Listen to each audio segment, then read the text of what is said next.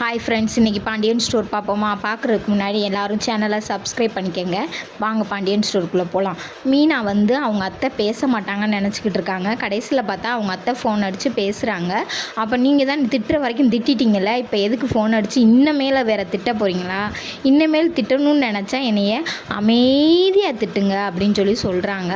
சொல்லி முடித்தோடனே நம்ம கோயில் போகணும்னு நினச்சிருந்தோம்ல, நம்ம நாளைக்கு கோயில் போவோம் அப்படின்னு சொல்கிறாங்க.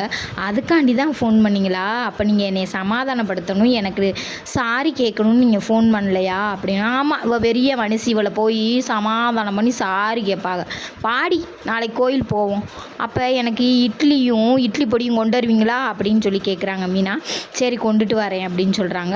அப்புறம் அதோட முடிஞ்சு காலையில் எழுந்திரிச்சு எல்லாத்துக்கும் சமைச்சு வச்சுட்டு கோயில் போகிறதுக்கு கிளம்பிட்டாங்க பாண்டியன் ஒய்ஃபு.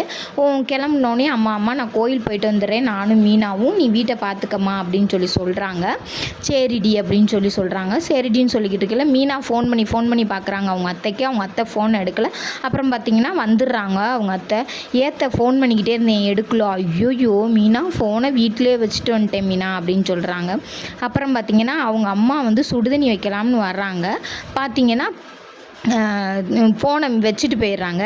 சரி இதோட ஒரு பிளானை பண்ணி நம்ம மகளையும் நம்ம மருமகனையும் எப்படினாலும் பேச வைக்கணும் அப்படின்னு அவங்க அம்மா பிளான் போடுறாங்க. இதை சைலண்டில் போடுறது எப்படின்னு தெரியாதனால ராஜி அம்மாச்சி ஃபோனை வந்து சைலண்டில் போடணும், எப்படி போடணும்னு சொல்லி கொடு ராஜி அப்படின்னு கேட்டு அந்த பொண்ணு செய்கிற மாதிரியே இங்கே வந்து அவங்க அம்மாவோட ஃபோனை சைலண்டில் போட்டுட்டு எல்லாருமே வராங்க. ராஜி, கதிர் எல்லாருமே வராங்க. எல்லாரையும் உட்கார வச்சு பேசிக்கிட்டே இருக்காங்க.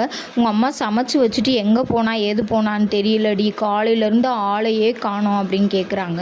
இங்கே தான் கோயிலுக்கு போயிருப்பாங்க அம்மாச்சி, இங்கே வேறு எங்கே போகிறாங்க அப்படின்னு சொல்கிறாங்க.